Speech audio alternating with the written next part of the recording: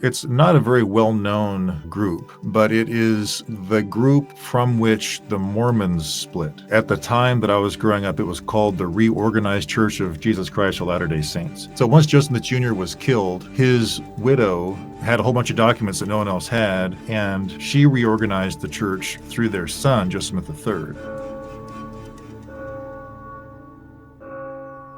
Jonah, thanks for coming on. It's so great. What have you been up to? I know you manage St. Nicholas Press. You record a lot of audiobooks. You got this amazing voice. What are you up to these days? Well, I guess the big picture of that question would be we're building a life and recreating vocations from my wife and I were both ship captains for a couple decades. And once we got married, we decided we wanted to start seeing each other. So we kind of settled down a little bit. I was still running boats. She was doing logistics kind of for polar yacht stuff. And so we decided to be closer to family. We're living in the San Juan Islands of Washington State for a number of years. And we decided to be closer to family and basically bought a farm in Iowa. And we've been doing that. So we've been farming and cultivating those skill sets. And really it goes hand in hand with our spiritual journeys as well, because, what is an Orthodox farmer? And it's super interesting. And so I also do voiceover work. I work with the great guys over at Exodus 90 and also several other Orthodox publishers, St. Vlad's, St. Tikhon's, Ancient Faith, and a few others. And to get patristics out there on audio, which is really enjoyable and valuable for me personally. And I manage St. Nicholas Press, that's a tremendous blessing, which we published Ethics of Beauty. It's such an awesome book. Dr. Tim Petitsis, I know that really enjoyed that conversation. Thanks for having us on. And then we raise children and we just try to keep things going, homeschool, and we worship at a monastery about an hour and 20 minutes away called Holy Archangel Michael and All Angels Skeet. It's in the Serbian Midwest Diocese with Hieromonk Alexei Altschul, and he's awesome. And the whole community there is such a blessing to us. It's really the center place of our experience. And our town is about 1,800 people. It's the biggest town in the whole area. And that's where we call home. Did you grow up a Christian? Did you grow up, a spiritual seeker? Did you know anything about God at all? What's sort of your childhood, and how did you grow up when it came to the faith? I grew up in Northwest Missouri, and the school, our town was about 4,000 people.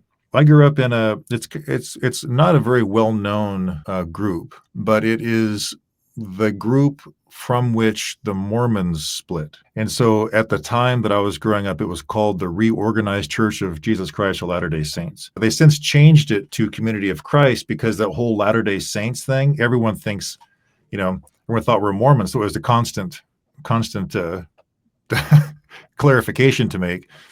But it actually was reorganized. So once Joseph Smith Jr. was killed, his widow had a whole bunch of documents that no one else had, and she reorganized the church through their son, Joseph Smith III.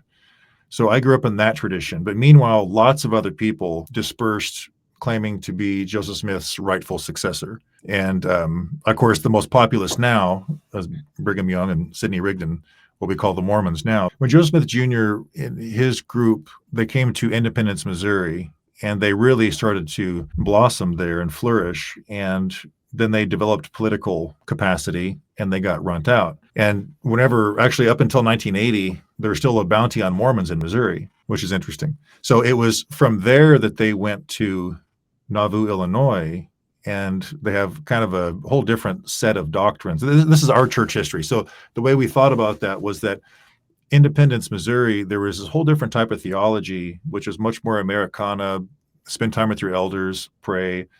And then by the time they went to Nauvoo, things started to develop that our tradition I grew up in really distanced themselves from. Plurality of marriages, baptism of the dead, these types of things. And then later on, the temple rites came about out further west with that group. The temple rites of Mormonism didn't really integrate with your experience. Is that what you're saying? That's the right way to put that. Our history would say that is Brigham Young accretion. Okay. Right. Yeah. This is fascinating. I have never had a conversation with a breakaway Mormon. I'm with lots of former Mormons, but not breakaway. Easy. The Mormons broke away from us. This is yeah. There you go. This is why Orthodoxy is kind of familiar, right? It's like we're the original. sort of conversations happen all the time. But there's history. We weren't really deeply learned in our church history, so we could very well be told the wrong story. That's the version we grew up with. Is, it's interesting. I was just actually yesterday, because of a conversation with a friend of mine. I don't know much about Mormon theology at all, and whenever people talk, there's kind of a fixation right now in a lot of groups talking about how Mormons aren't Christian. And so this is interesting because that gets put onto our tradition too. But we definitely thought of ourselves as Christian, and so it makes me look into what is Mormonism. And there was a sermon that Joseph Smith Jr. gave just before he was killed in Illinois called the King Follett homily, or King Follett sermon, where it was a funeral sermon. And in there, he clearly lays out a whole bunch of stuff that is not Christian. And it's really interesting. And so we didn't grow up with that at all. And I was looking at the Mormon archives. This is just really crazy timing that we're talking about it right now.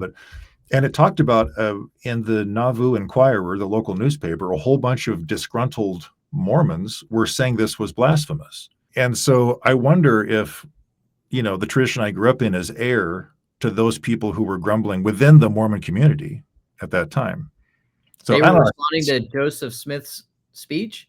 Yeah, they responded to this funeral sermon calling it blasphemous. Okay. So I don't know. That's really interesting. So that there was kind of this kind of conflict from the very beginning. A group of Mormons saying that what that speech was not in harmony with what they were told or what they thought they were. Well, yeah. I mean, and the wife of Joseph Smith Jr. herself, Emma, I mean, she's really the founder of what we think of as our church, because she reorganized the church through their son, and she really influenced that. At the same time, like at least the way we talk, and maybe you can see other sides to this, but a woman is not going to be advocating for plurality of marriages, and maybe they would. I don't know, but that's kind of like in our story. It's like, well, no, of course, Emma didn't reorganize the church with that.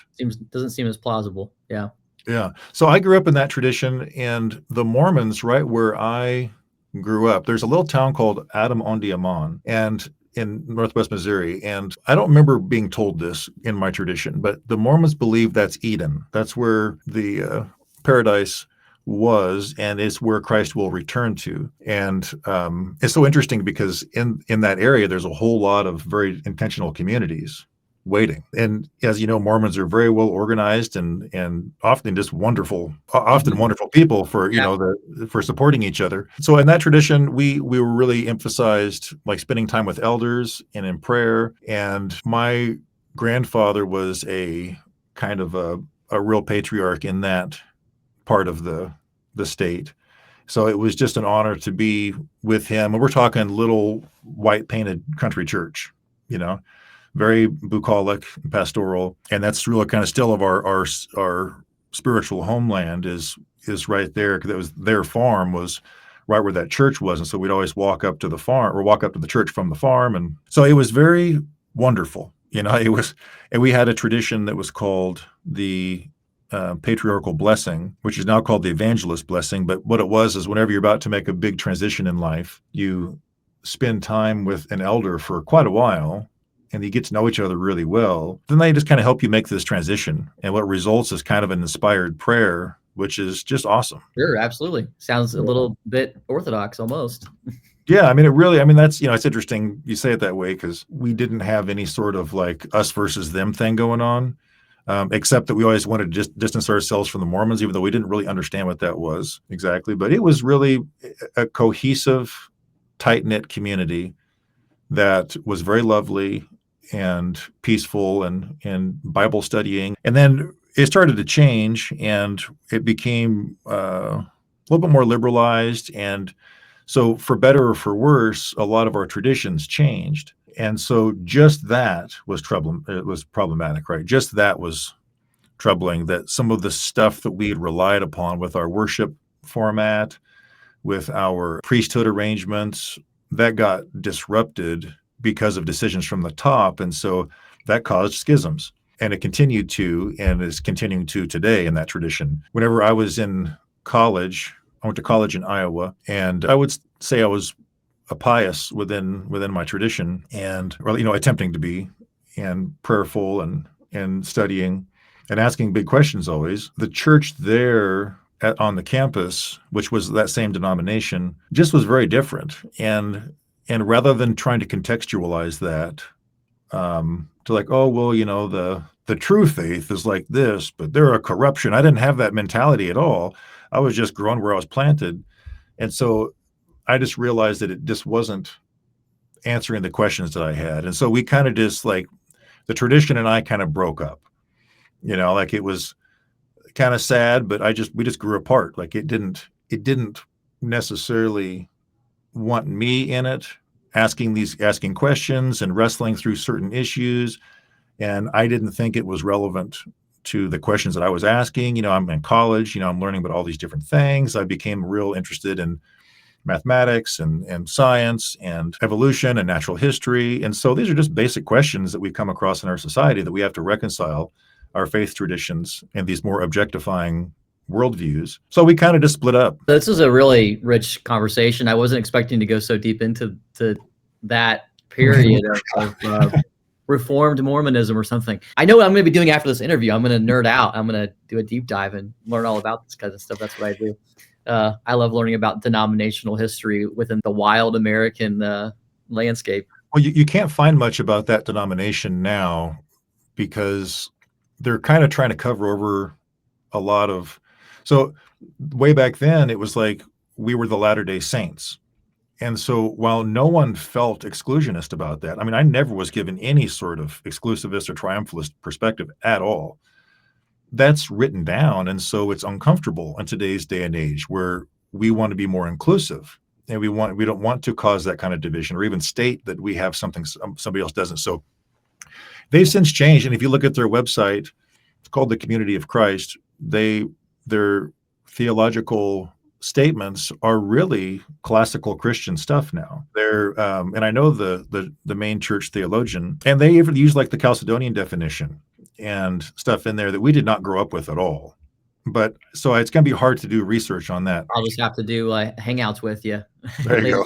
Yeah, no, that's fun. So when you're in college, did this cause a crisis to where you no longer considered yourself a Christian at all? The Wise Phone 2, which I currently use as my phone. It's an amazing phone that helps you not doom scroll or be addicted to social media and other vices because it doesn't have a web browser, but it does function like a phone. You can call, you can text, you can take pictures, you can do videos. It even has apps like Uber and Lyft. You can order food, maps to get around town, all the things that you kind of need in this modern life. While at the same time, being able to have a boundary between you and work or you and distractions. So you can be more present with your family, with your kids, with your spouse, whomever. This has been a very freeing experience for me to have the Wise Phone 2. Again, you can get $40 off through my discount code KING today. When you're in college, did this cause a crisis to where you no longer considered yourself a Christian at all? Yeah, that's a good question. I had a whole lot of really musical experiences. First time I listened to Carmina Burana in high school, it just knocked my socks off.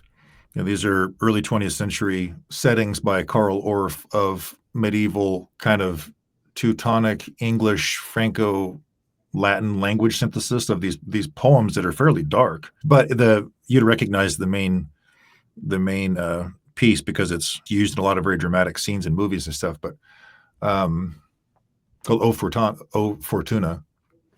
So something about musical experiences kind of set me down a way. And I grew up singing hymns, 4-part harmony, 4 to a bar, piano music, very beautiful, very wonderful, and very communal experience and expression of faith. And as I started to play music, I got into classical guitar and mandolin and banjo. And I started to have more musical experiences. And then this is relevant to your question, actually, is in college, there was a really rainy night. And I had made this cassette tape of Edgar Meyer, who's a bass player, had just come out with a recording of 3 or 4 of Bach's cello suites done on bass and on like double bass, and bass viol. There was the one that he had transcribed it to E minor. I think it was C minor originally. The prelude is like amazing. And I'm listening to it in this small town in Iowa, rainy night, and the cassette tape, I listened to it so much that the tape's kind of stretched and stuff, and the heads are all dirty. And at the end, of this. The last several phrases are really raucous. I mean, they just get to be like just rocking really hard, and then it ends with this massive open note, and it's just massive. And I remember pointing at the player and saying, "That's why I don't go to church anymore." Like I didn't need it, I didn't need it. Like that type of, I don't know what you call that. Is that's truth or that's beauty or whatever. It's a revelation. And so there's elements of mystical experience which were being revealed through music and other, participative acts. And so that really was a big kind of deviation from the means of traditional spiritual cultivation in my life experience. So then I just started to cultivate my spirituality more so through experiences and music and study, and mathematics got drawn into that. And so I was just learning about the world. I was like a kid. Yeah. So you're saying something that I find very interesting, like that music in some sense kept you mystical, or I mean, you could have gone more of this atheist direction, and maybe you'll talk about that later on. I'm not sure, but it's funny. I've had other friends who probably should have been atheists, or they could have been, but music kept them from doing that. Like they couldn't. There was something about the way they saw the universe and love with music tied to it, as if music somehow captured a sense of love and ran through the universe. I mean, I had these deep conversations with a few people. And so it's really a joy to talk to you about your experience about that, because I want to have more conversations about this, because and I've run into studying like a little bit of Christian fiction too. Like I'm kind of a Narnia C.S. Lewis guy and a J.R. Tolkien Middle Earth Lord of the Rings guy. Both of their fictional worlds are created by music. I mean, music is what's creating it, and so it's not something that is created by us. It's eternal, transcendent, and it brought forth the word. So this is fun. Yeah.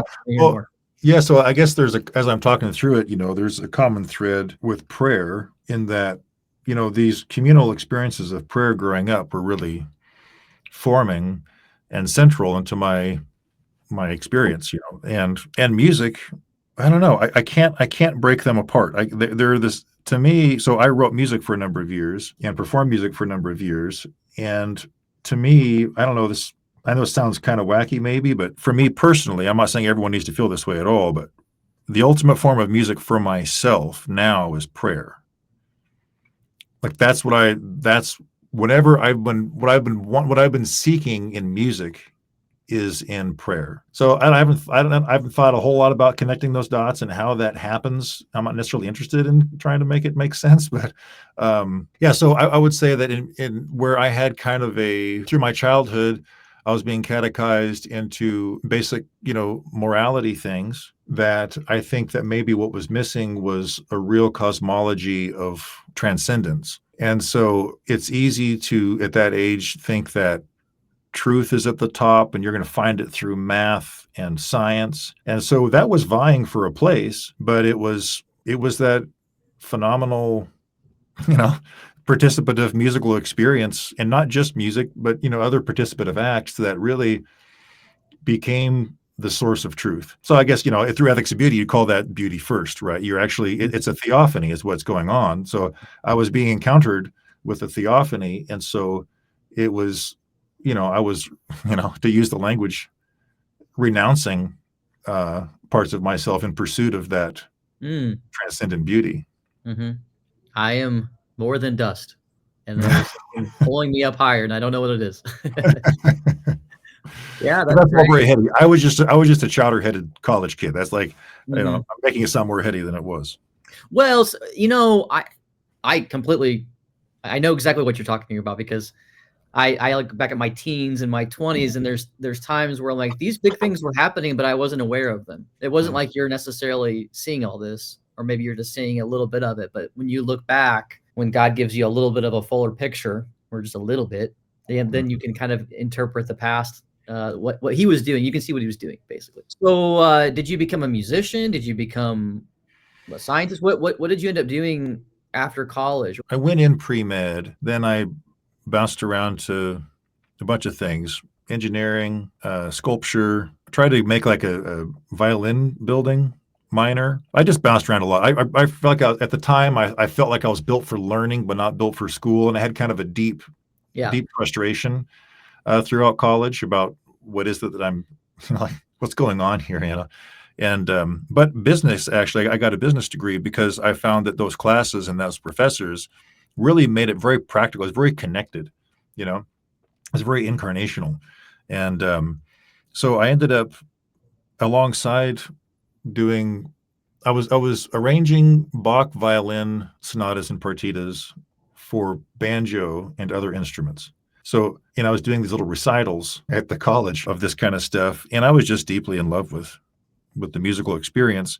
And so right after college, I went to work with one of my banjo mentors. Her name is Allison Brown. She runs a record company called Compass Records in Nashville. I went there and worked at a record company for a little bit and kind of got a feel for the Nashville scene. And I thought, maybe I'm not into this after all. And so when I was down there, I got a friend who lived in Washington State who said, "Hey, my mom's going overseas for a year to teach English. Why don't you come house sit while she leaves?" So I went to the Portland area, went out there, and just lived with my buddy's mom. Turns out she never left. So she never left to teach it. So I'm just living in Portland with my buddy's mom. And but music was the thing I was really pursuing. So by that time I was really focused on banjo and a lot of kind of classical music and avant-garde stuff on banjo, which was interesting. Then eventually I started working on a riverboat on the Columbia River, doing like week-long trips, and I was a banjo player and cruise director. Yeah. You're playing the banjo on a ship. Where at? This was on the Columbia and Snake Rivers, kind of between Washington and Oregon. That's fun. That's so cool. Yeah. So that put me on boats for the first time. It was a musical entry point, really. I mean, I was so desperate for work. I lived right close to the bridge. I lived on the Washington side of the bridge in Vancouver, Washington, but I knew where that boat tied up. So I rode my bike across the bridge. It was a lot faster than driving. And to bug them about getting a job, because I just lost another job. I was a meat cutter at this little mom and pop grocery store, but it just went out of business. And I tuned organs for a little bit during the organ tuning season, which is interesting. But I needed good, steady, full-time work. And so I had a friend who worked on those boats, and she was really kind of eclectic, really interesting person. She said, "Well, when I need money, I go I'll work on a boat for a couple months." Okay. So I just drove my bike down there. And when I was driving down there, there was this semi with a trailer, and the trailer was completely full of pallets of 5-gallon pails of red, white, and blue epoxy paint. Mm-hmm. And a couple pallets the bands broke and they tumbled off. And so the bridge was covered like 3 or 4 inches deep of one part, like it is the one of 2 parts of epoxy paint. And it became like this white, then pink, and then like this beige. It was insane how much paint was all over the place. So I kind of make my way through that, go on the boat, and I got signed up as did laundry on the boat for a couple of weeks, and that was awesome. It's I would just jam out to tabla music. I had a real kind of classical Indian music thing that's always been interesting to me. So I was listening to tabla music at the top volume while I'm down there folding the ship's laundry. And then within a few weeks later, I became a banjo player. So that's kind of the long story. So listen to music while you do the laundry, and it'll transform you. Great job. We have 7 kids, so there's a lot of laundry at our house. So my wife listens to a lot of podcasts. It feels a little bit like a movie. Like there's this guy playing banjo on the river, and he's had these musical, mystical experiences, fleeing Reformed Mormonism, and you're not sure where he's going to end up. These journeys that we have, it's our stories. I mean, my dad was a meat cutter for 17 years, so that speaks to me. Like, oh man, he cut some meat, and my son loves the organ. It's fun when we talk about our stories. Like the details matter to us, but maybe not other people. But when we all share our stories together, they really come to life. So it's fun to hear these details. So you're going down the river playing the banjo, doing laundry, and then God shows up out of the river, or what? Oh man! So there was a house band on the boat and jazz musicians, and they were great, and they really introduced me to a lot of great music. So in there, which this becomes really relevant, like 10 years later, is they introduced me to Arvo Pärt. Tim Wilcox is a saxophonist. He's of some repute in the Northwest. And he's a good guy. And he introduced me to Arvo Pärt, who is an Estonian composer who really composed a lot. He's still alive, and a lot of fairly minimalist instrumental works in the 70s and 80s and 90s, but then also a lot of choral, unaccompanied choral works. And that was really like a different type of music for me. And so that's like, we'll put a pin in that because that'll come back later. At that point, I was just working, it became kind of a grind. I was always, practicing the banjo. I really kind of hunkered down on those boats. I was really kind of catechized on how to hang out with different people. Heretofore, I'd kind of just done my thing and been in my own little bubble. And I always had friends and was always social. But at that point, it became obvious that getting along with different people is virtuous, in that world. And so I started to kind of learn how just to like shoulder up to someone and talk. And that was really interesting. That's just a growing up moment, just maturity. And then I got into natural history stuff. And then I went from the banjo thing straight to Alaska to become doing natural history lecturing on like week-long ecotourism cruises. Wow. And expedition, they call it expedition leader, but like taking people out through the rainforest and hiking and snorkeling and kayaking trips and stuff. Did someone identify that you just had this skill set? Like, this guy he can just play the banjo. This guy can like lecture about natural history. I mean, how did that come about? I mean, I have actually a deep love. I started out in college as a biology major, environmental science. I loved that kind of stuff a lot. And so it's interesting to me that you ended up like switching from playing the banjo to like lecturing. I mean, the water ties you together. Yeah, and maybe that skill in you, or. And I mean, that was a different. So that company, basically what happened is that cruise company got purchased by another one off the Mississippi River. And then they required all the band members to be able to sing. So they didn't want to. And so I thought, well, I'm out of a job. Yeah. And so that was just, now I'm just desperate looking for work. And so I had friends that were connected to Alaska on boats. And so I just kind of found a way in to communicate with people about that. And then I remember I don't know, I just believed I'd be able to, I guess, like talk about this stuff.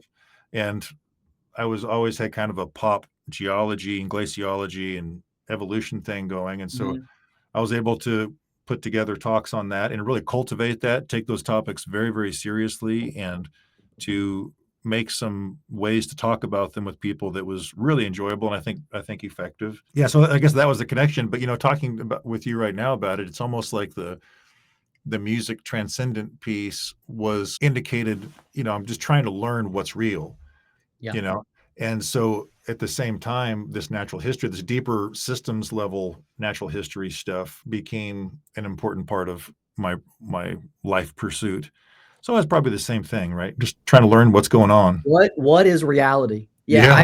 I think I had a very similar. It's like I didn't go all over the place. I'm a Midwest guy. I didn't move a lot, but I feel like I was kind of in a very similar journey. Like, what is reality? I'm a skeptic, but I'm like you. There's this mystical side where I can't automatically become like this hard materialist.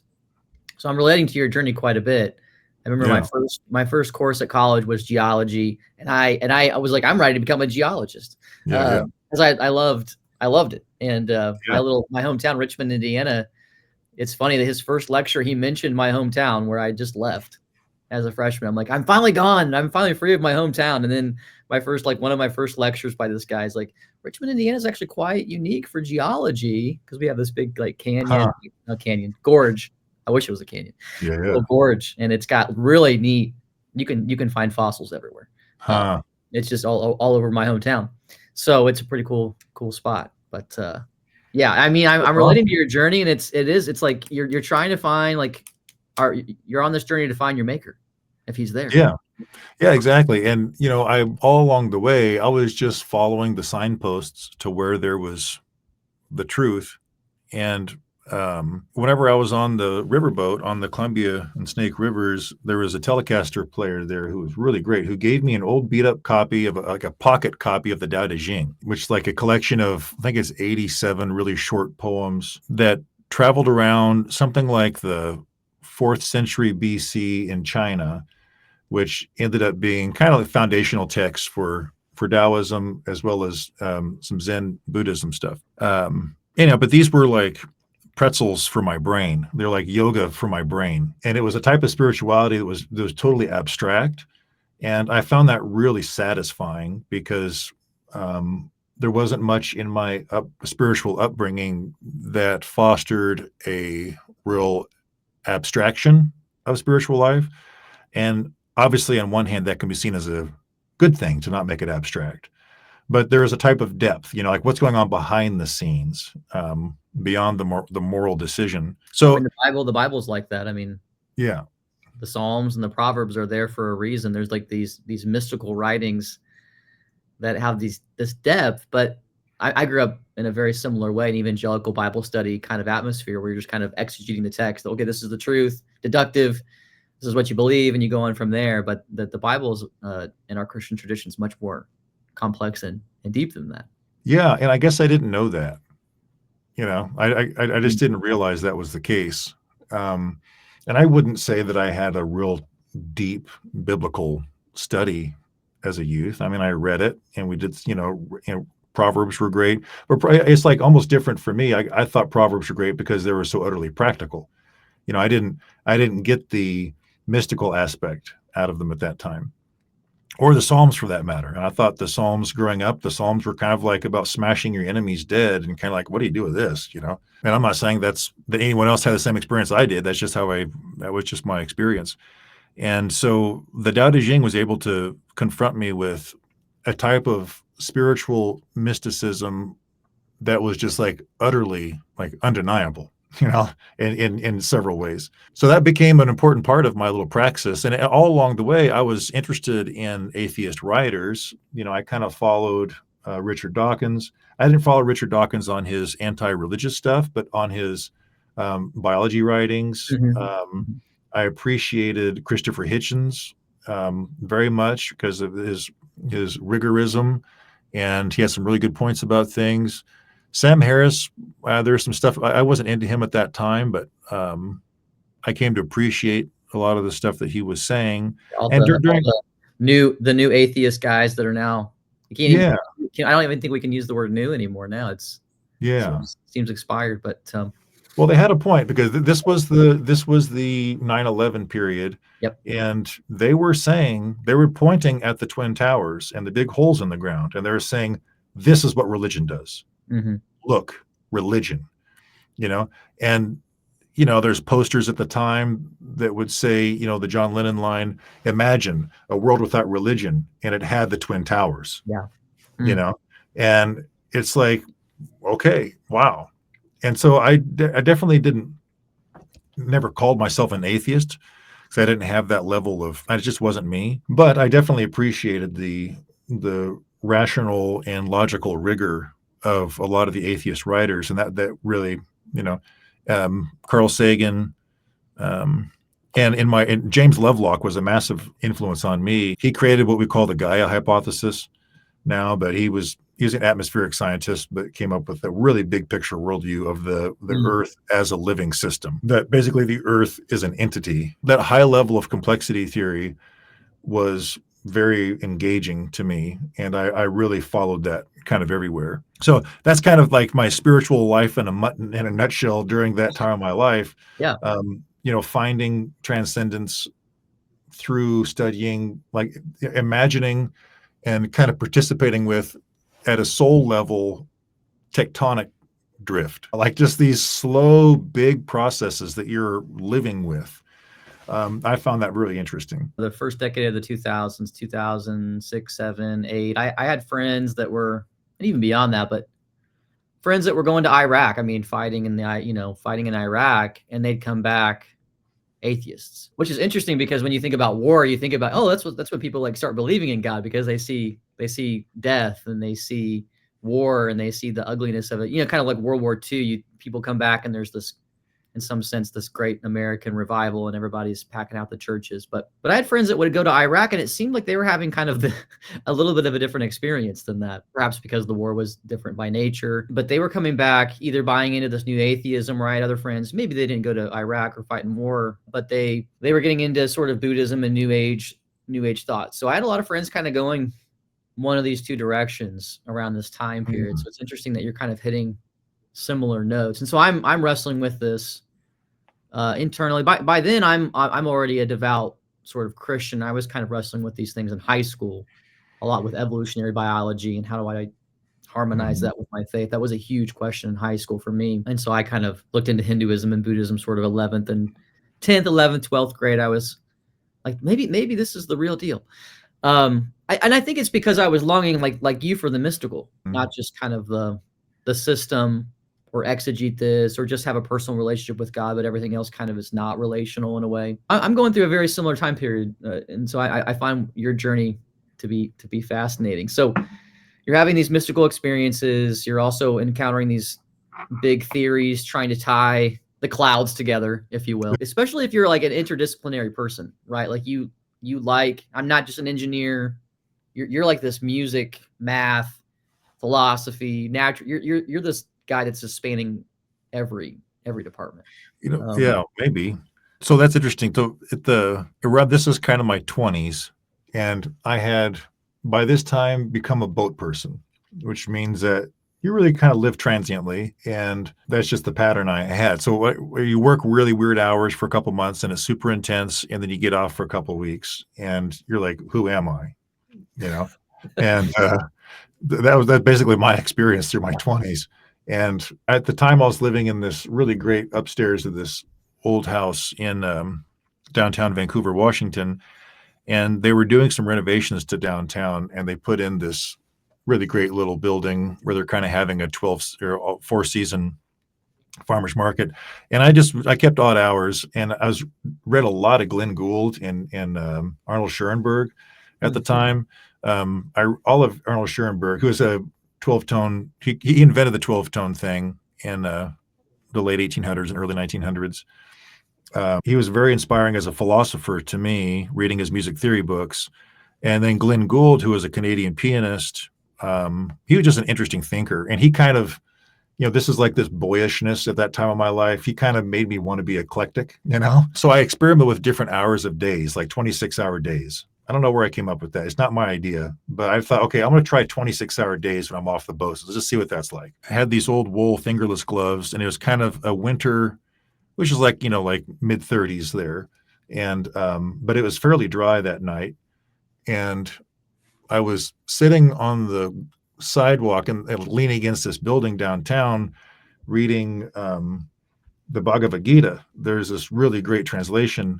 Well, I don't know how great the translation is. It was the one I had, who had a lot of great commentary from Eknath Easwaran, and I might be pronouncing his name wrong, but of the Bhagavad Gita. And it was really interesting because here we have, like you talked about, getting into some of the Eastern religions. It showed me that these people thought mysticism was primary, and that was very compelling to me. But I remember sitting down there, and this guy came out of the shop. It was in the middle of the night. He asked me if I needed like a place to go.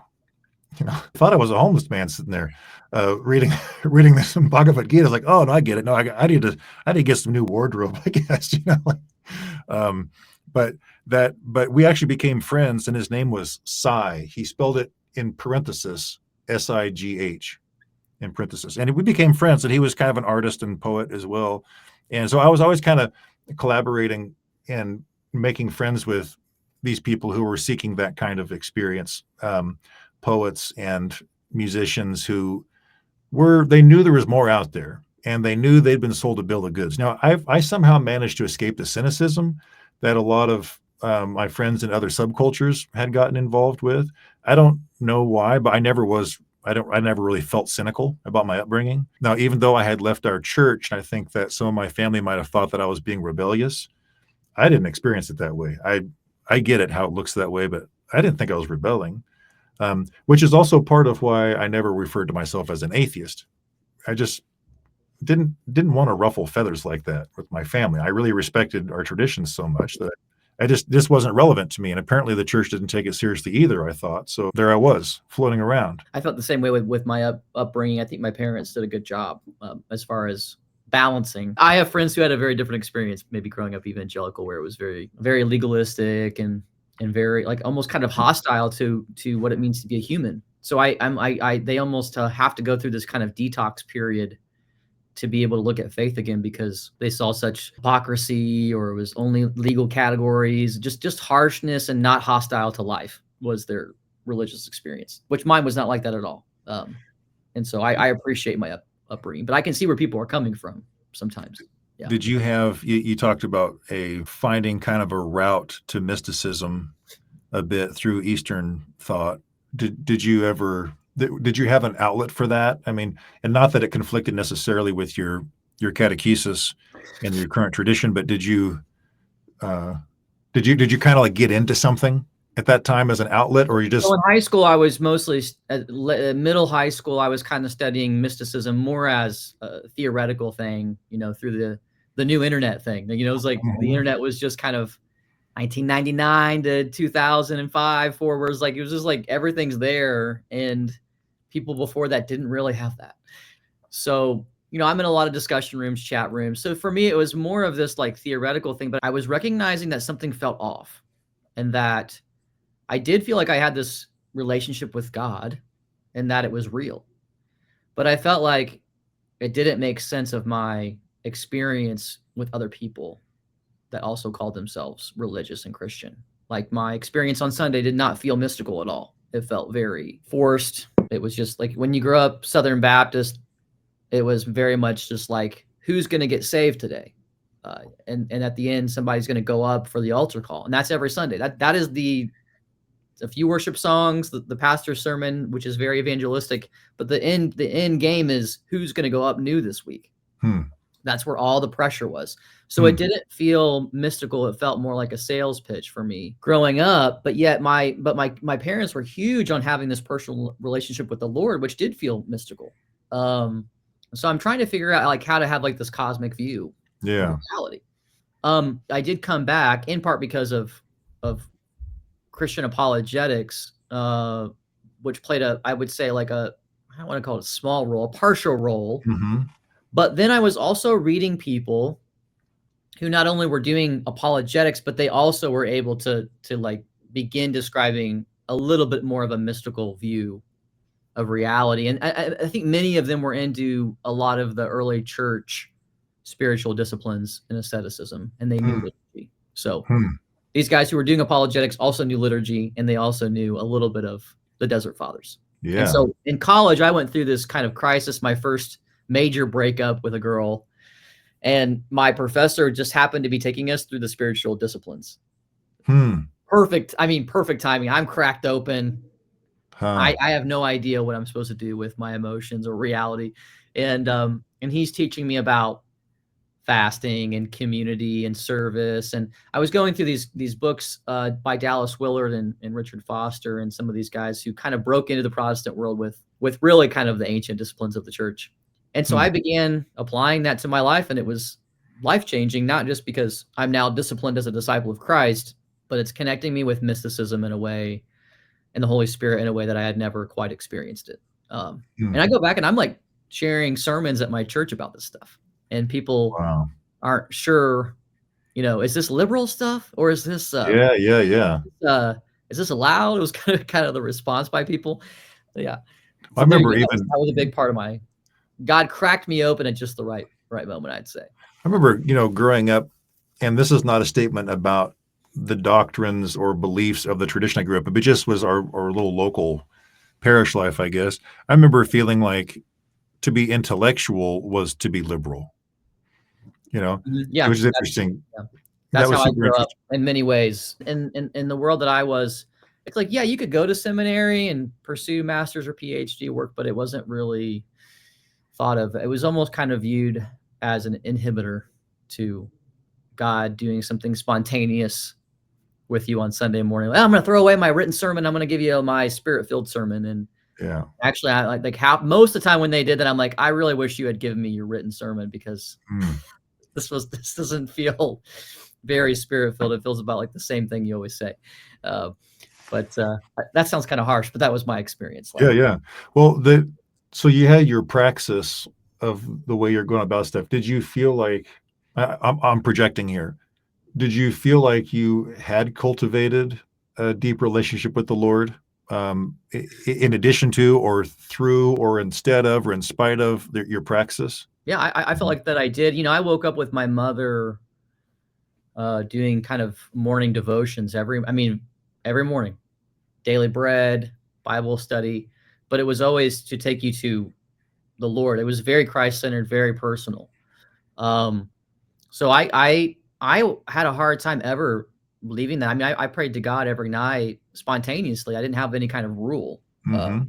But I remember, throughout junior high, high school, my childhood, praying to God quite often. And so it felt very real. I that's why I could never go into any kind of true atheism at a spiritual level. It was, Mm-hmm. though the atheists wouldn't acknowledge the spirit in the same. For me, atheism was a real possibility. I considered it a real possibility. I was very tempted by it, mostly because of my love of natural history. But I could never get there because of that sort of dynamic personal relationship with the Lord. I think it would have kind of torn me to bits to walk away from him, because it felt true, but I had no empirical data to show people, yeah, it's real. See, I've got this kind of data to show you. Yeah. That So I think that I was finding that type of transcendent connection parallel the church or outside the church. That's interesting you put it that way. With because you had, it was cohesive. Like, so your praxis sounds like did route you to a real experience of Christ. I would say I grew up with that to the extent that logos, like, we perceive the meaning in the room. We'd perceive him being with us in these powerful prayer moments or in working together. But we didn't have a language for that. We didn't have a real vocabulary for that. It wasn't really fleshed out. But I would say we experienced it, but that might be why I was seeking vocabulary for those things later in life, which has been a tremendous blessing for me. Yeah. So then you end up on some ship and you're reading St. Maximus the Confessor and you become Orthodox. That's what happens. Okay. Yeah.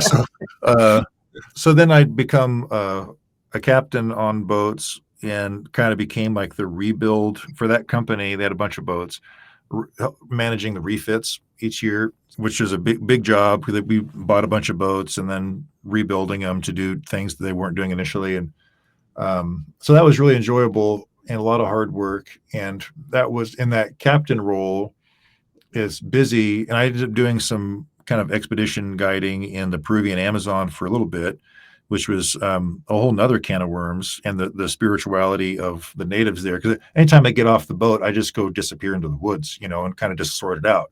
And so I was making a lot of interesting connections and relationships with people. And so they had a very incarnational, like, the Enlightenment never happened in South America, so there's a very incarnate sense of spirit in nature, which was really interesting and very inspiring in a lot of ways. I had left the boats. I got married and tried to leave the boats, and I ended up managing a violin building, or a musical instrument shop, a lutherie shop in Seattle.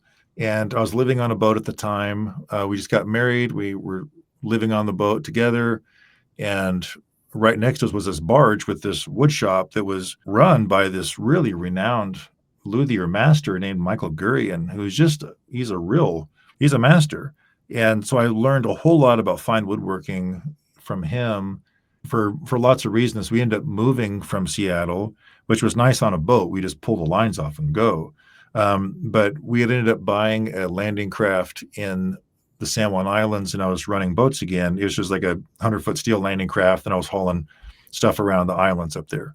And that was just single-handing. But during that time, so we had kids at this time, and I just really knew deep down that I wanted them to have a vocabulary for spiritual things. I wanted them to have some sort of lexicon that they could wrestle against or wrestle with, Whenever our first kid was still, wet behind the ears, I really felt compelled to find some praxis for myself that I could then pass on, but it needed to be the right thing. Obviously, I'm not going to just grab some sort of prayer rule and throw it at the kid for no reason other than I want him to have something to wrestle with. But and so at the time I was reading a whole lot of Carl Jung. Actually, he kind of was able to, in a way, he was able to marry science and spirit in a way that I'd never encountered before. And he had, he was a Gnostic mystic. So I'm not saying that this man had everything right, but he had a lot right. And he still, when scientists need to read him, he understood the epistemology of the purely reductionist mode was bankrupt. But he's the first person. Here I was doing Taoist stuff. I had like kind of a Taoist practice, which I'm almost embarrassed to say that, but the Taoist thing through the Tao Te Ching kind of becomes incarnate through your relationship to nature. And it's not just naturalism, but it's like your interaction in the world. This is why Qigong and there's certain physical exercises that are spiritual exercises at the same time. And this was wonderful. So I learned a lot from doing that. But Carl Jung basically pointed his finger at me and said, you will never be a 4th century BC Chinese serf, ever. Like, you are a Christian. You dream like a Christian. You conceive of the human person as a Christian does. You're a Christian. Get over it. And so I thought, wow. So I really hated that. It sounds a little bit like Dr. Jordan Peterson too, the way that he says how Christianity shapes the West, and it's yeah. I mean, in your bones and in how it shapes your mind and memory. And yeah, I mean, Jung. I mean, if you read much Carl Jung, you're going to see that Peterson is a disciple of his, just doing what Carl Jung says he should be doing. I mean, he really is. Like, in the cultural Christianity is an important component because he's like Carl Jung with YouTube, like. Yeah, maybe. But he was, he was, he survived the world wars, and he had some pretty dramatic insight into what happened. And he talked about like our foundation for reality is necessary, not just for establish. He didn't like make religion serve culture, which some cultural Christians are want to do. But he saw it as the reality. And so the archetypes were compelling. I learned about the church father, a lot of the early church fathers from Carl Jung, because his footnotes were amazing. He'd have like half his book as footnotes, and they're all in the Bollingen series. They're all right there in the same page. So it's so good. He taught me about Polycarp and Tertullian and Origen. And that's the first time I'd ever heard these people's names was reading through Carl Jung references. How about that? Yeah, so he was really encouraging me to be a Christian. And so he wrote this one book called Psychological Analysis of the Mass. And it's a short book, and it's all about him psychoanalyzing the Western Rite. So through him, I realized that the liturgy is true. Like Carl Jung convinced me that the liturgy is true. So we had a boy kind of preschool age, and on the island we lived on, there was a few churches, and I was kind of getting comfortable with this idea of Christianity again. So I would sit through the services, and it became like this real-time quiz where I take these words that were hot buttons and integrate them in a Jungian way. So sin, repentance, Father, damnation, heaven, hell. These are words that are hot words. And if you don't know how to place them, they're a major turnoff to these recited prayers. So I was just really wanting to wrap my brain around it. And Carl Jung opened my mind to that. And I'm not advocating everyone go out and read a bunch of Carl Jung, but he was he was for me a personality who was able to synthesize what I was dealing with in a way that convinced me of the reality of the spiritual, to dignify the spirit, to dignify the spiritual experience through scientific terms. So that was an Episcopal church, and it was so lovely. And so our boy started to go to the preschool down below, and he and I would sit through the services up top, and it was just deeply bonding for us to sit there. He's 3 years old, something like that. On my lap, it was just a very, very bonding, and it was open communion, which is very lovely. We're all standing in a circle. It was very, very heartfelt, And the liturgy was just so awesome. I'd never been a part of a liturgical tradition before. And I saw real healing happen. I saw people come in off the street who really had a rough time. They show up and they get communed, and it was a really amazing experience. But they weren't being shepherded afterwards. There's all these other questions that comes up, right? But that environment was really lovely. So that was a liturgical tradition, and I was like, what is that? So I learned that it's basically you live the life of Christ throughout the year, and on your calendar, you kind of live this story. It's the mythos. That was great. I thought that's right on. Like to live the right story. This is right. So then I wanted to understand what liturgical traditions are. So the Episcopal tradition, flowing from the Anglican tradition, has a very wonderful, concise book of prayer, right? The Book of Common Prayer. It's one volume. It's got all the services in it. It's got the Psalter in it, and all these prayers in it, and the seasonal stuff. It's got lectionary cycles. It was very concise. And I thought, okay, what are other liturgical traditions? So there's Catholicism, and there's Orthodoxy. Now, I'd spent all this time in Alaska.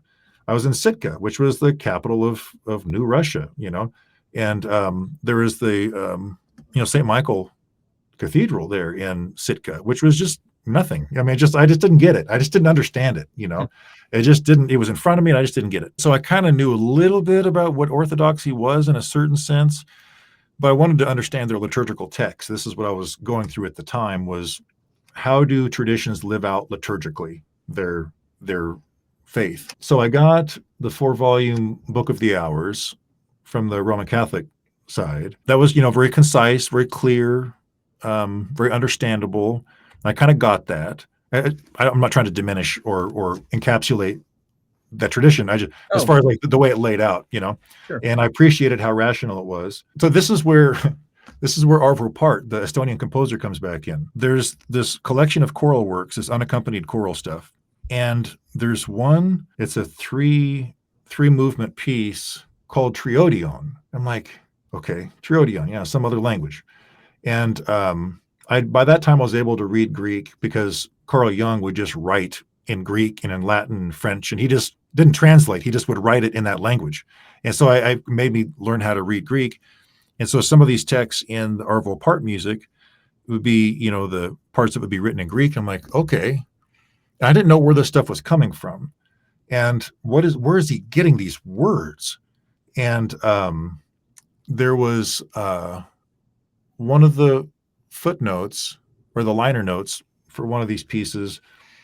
It had basically the Trisagion prayers, and which I didn't know what they were at the time, and a couple prayers, the prayer to St. Nicholas, and a couple of these prayers, the Troperia to St. Nicholas. And then it said that it was some of the verbiage, the reference was from the Triodion. So that put me on a big hunt.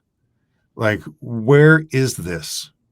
And so I'm learning a little bit that Triodion is a time period, but also a text.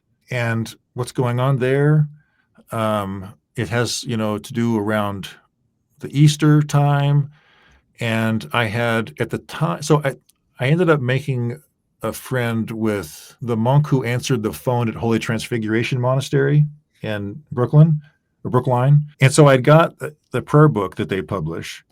And at the time, they didn't have a Triodion available, and I didn't even know it was a text. I didn't know, like, it's all this stuff, like, because you get an Orthodox prayer book, and it's like compilations of all this stuff, and they're all different, right? This has like dismissal hymns for weekdays, and this one has some you've never seen any other prayer book before, but they all have this common theme. They've got these feasts and like the festal hymns. Like, what is this? And so I ended up buying from them a Pentecostarion, which is the collection of variable hymns and prayers that go in the services between Pascha and Pentecost. So that just became like my meditation practice, for lack of that. It became my Tao Te Ching, because I didn't know, once again, I didn't know that Christianity had that abstraction and beauty in it. And so through reading the ancient hymns in the Pentecostarion, and I didn't know what Matins was or what Vespers was, but these are the things that apparently fit into Matins and Vespers through that time. So I began praying from these, and it was really transformative. It really changed me. And because, well, I can't say exactly why, but there's elements of it were that there's all these scriptural images. And I realized that these prayers that the ancient church preserved are a mosaic of scriptures and commentary. It's just a big mosaic of it. So it helped me understand what the Bible was about, or what the Bible was even for, from the Pentecostarian. So I'm reading these ancient hymns, and you can't help. I mean, if you read them and don't enter prayer, you're heartless. You know, it's like they're just so gorgeous. And so to read through them is to pray. I mean, when you give yourself to it. So it really taught me how to pray for that phase in my life. And I was just dwelling on this Arvo Pärt music. And at the same time, I was getting more into Krzysztof Penderecki, who is a Polish composer. And this is where kind of the plot thickened for me, because he's a Polish composer who lived through a lot of the same atrocities that Arvo Pärt did. And Penderecki's music, you'll recognize it if you look up, let's say, Threnody for the victims of Hiroshima. It's like horrible. It's tragic. It's like the music is completely fractured. It's all dense, very dense harmonies that are all very dissonant, and it's a scream. It's just a loud scream. And it's so devastating. Oh my. And so true in so many ways. But I was just, okay, so you look at the musical trajectory of Krzysztof Penderecki and Arvo Pärt. Now, clearly, at a spiritual level, after World War II, Krzysztof Penderecki disintegrated. Now, to use a Jungian term, like he was no longer integrated. He came apart. His reality became very fractured and very fragmented. And he maintained that, like that is evident in his music for a long time. Arvo Pärt's music, not long after World War II, he took on a lot of 12-tone, very dissonant, fractured, very dissonant music for a period. And then his music became like the most elegant, beautiful sadness and gorgeousness. Like, how did this man become broken and stayed broken? This man fractured after World War II and then healed, and this most gorgeous healing. And so I learned he's Orthodox. I thought, huh. And so, so what is this? Like, what is this spirituality that can heal like that? That became a real big question for me. You were asking this question, like this is a real thing right in Yeah. front of you. You're experiencing these compositions of music, and you're experiencing this. What happened to these people? Like, Yeah. Wow. You can't deny it. Whenever you listen to someone's musical progression, something's going on. Obviously, they're writing what's in them. Yeah. It's coming out. They're giving voice to what's happening, right? So, yeah, they both went through hell, but then how do you find healing from that devastating hell? And that became a really central, not just curiosity, but like that became really important to me. So anyhow, so that was kind of happening parallel, this finding the Pentecostarian.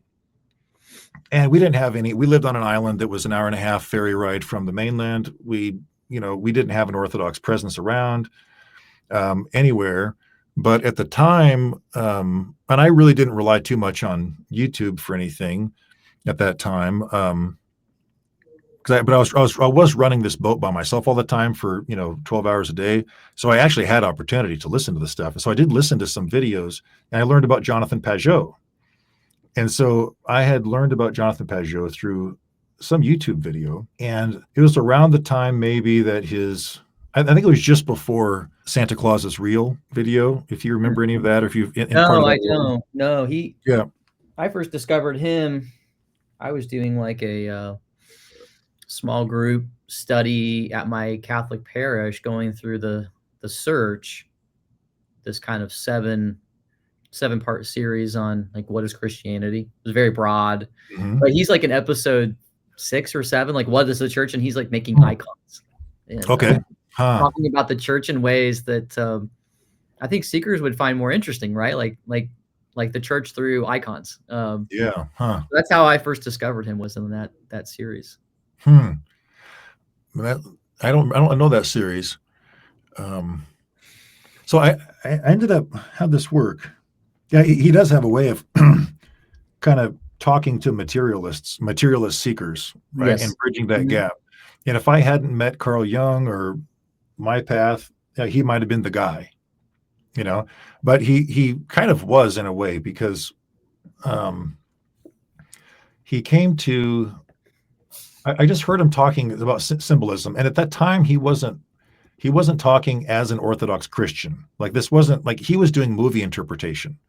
And so he didn't really start talking about the church very much, but it was kind of in the air. And he made a couple comments, and not that he was hiding it, but that wasn't his project. His project was to talk about movie interpretations and how to think symbolically. And so I actually engaged with him, and he really thought Carl Jung was on the wrong track. I thought, huh, all right, that's interesting because there is such a unique thinker. I thought, all right, well, I ended up having this. I had some ideas. I had kind of like a meditation experience. So I was just trying to make sense of. And I spent a few months like writing out these thoughts I was having. It was kind of like an ontology. It was like, what is being, And I was not well versed in these philosophies necessarily, but I just was trying to make sense of this meditation experience I had around the same time of these Pentecostarian prayers. And it just kind of felt like it was coming out of nowhere. And so I really tried to work through what it was. And if I talk about it, it just would sound weird, but it's the nature of Yeah. this Mhm. stuff, Yeah, it is. not that it's secret or anything, but it just would be a derailing. No, So sometimes there are like hidden things in our lives and at the level of mystical and love with the Lord. It's so hard to put into words that it's almost you'd almost have to save it for yourself. yeah, I Not know always, it. but sometimes, yeah. Well, one thing that came out of it that I wanted to talk with Jonathan about was it is it really became vivid to me that for something to be infinite, it's formless. And so like if you can't have multiple things existing in this, you can't have something and its opposite or alternative existing in the same place. So in other words, for something to come into being, it has to be bound. It's limited. And so if something is everything, it can't you can't have a form and that form's opposite in the same place. Right? It just doesn't work. Like the So problem of the incarnation. yeah, Uh, yeah, yeah, exactly. So the infinite is formless, and this is at the time. This is what I was chewing on, and I yeah, realized there's a great reconciliation through traditional Christianity in that whole question. But that's why I thought Jonathan might have some input on that. So I actually drove through the night to get to, and he came to talk at this little Catholic church on the Olympic Peninsula, and talking about Mary. And I hadn't spent much time with Mary, so. I met he and his wife. First time I'd been through a Catholic service, and I remember walking from the parking lot into just trying to find where to go. Turns out I walked into the kitchen, and there was a bunch of really sweet grandmas in there. That said, "Oh, there's a man in the kitchen! Man in the kitchen! Get out!" And they're really sweet. the sacred church Um, kitchen. Yeah. yeah, it was great. But we ended up.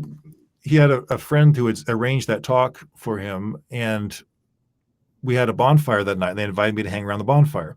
So what was interesting, and this is relevant, so forgive me, the digression here.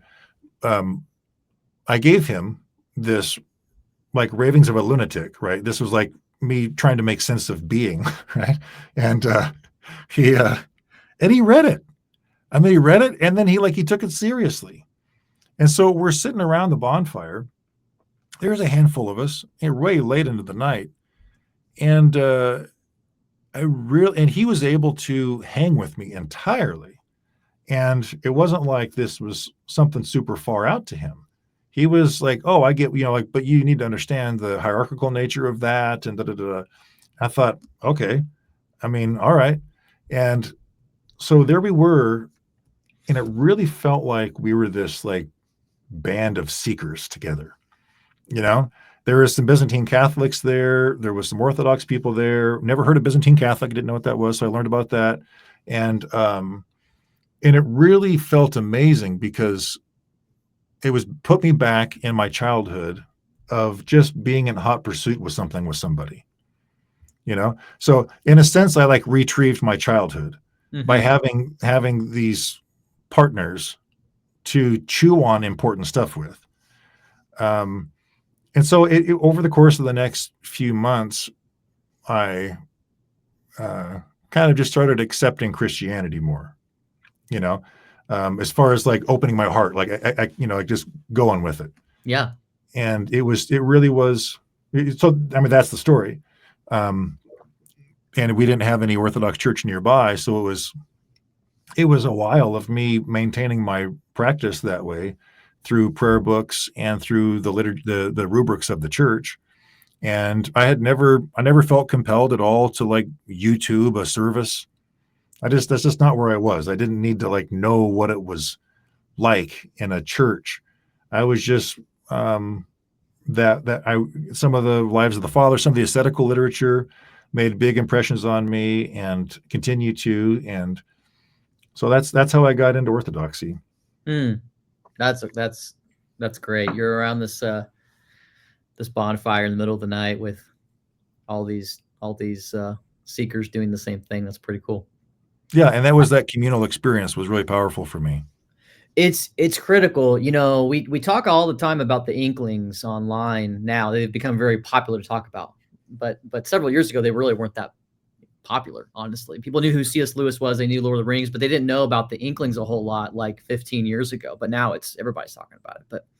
But they were, even though they were all committed Christians, they had this bond between all of them doing the same thing, like exploring reality in all the disciplines, trying to make sense of this. And they're like the only way we can make sense of this is to like create fiction. Like that was kind of their like, we just can't even put this into a system, you know, or words. It's got to be some kind of imaginary sort of fictional sacramental world.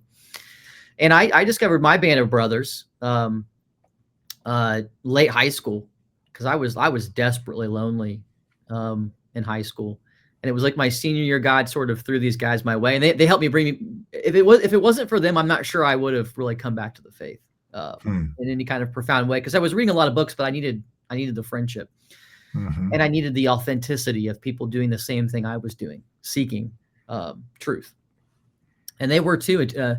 And they're all devout Christians. One's a Catholic, two are Protestant, and we're all best friends to this day, and we're still part of that same project. I mean, we love our Lord. We love what He's doing. We all have this cosmic view of reality that touches from the biggest to the smallest, kind of to the macro to the micro. And it's just a key ingredient. So find friends, guys. Like, and for me, that happened through prayer. I was really lonely, so I asked the Lord. I said, "Don't know if you're real or not, but send me some people who are doing the same thing that I'm doing." And he was very faithful, and He did. And they're all my best friends to this day. And it's very important to me. Yeah.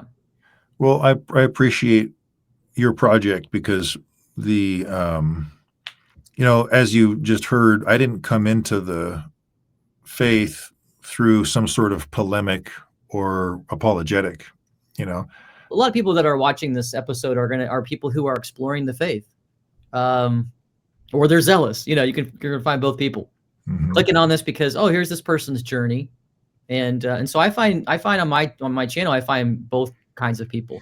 People who are wanting to argue constantly, and then other people who are wanting to, like, man, maybe there's something going on here. And so, people I get to talk. I have the joy of getting to talk to people on the phone quite a bit who they might be just a spiritual seeker, or they might be a Protestant who's looking into, deeper apostolic Christianity. And the very first thing I say to them is pray and try not to feel any pressure from me whatsoever, even if I'm turning up the pressure with topics that we're talking about.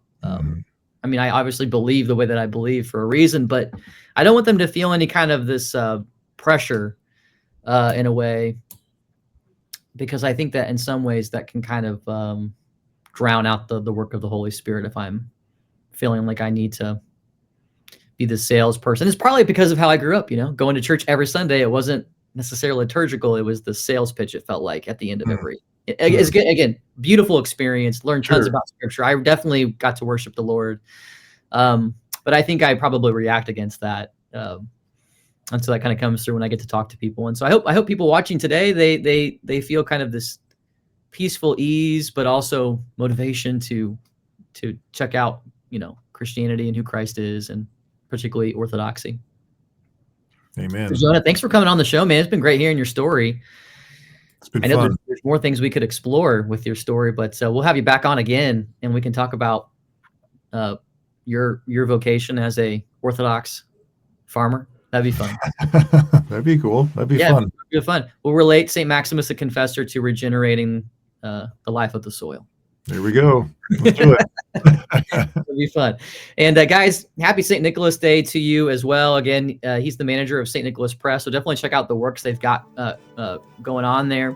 Really cool press. Again, we just had Dr. Timothy on. Check out his book and Minnie on. And again, we'll have Jonah on again. It'd be a real joy to have him back on. And again, have a blessed nativity fast. Remember to always unite your fasting with prayer and repentance and almsgiving. Otherwise, the fathers say it becomes the fast of the demons. So we want to stay away from that. All right. God bless, guys, and have an amazing day. Bye-bye.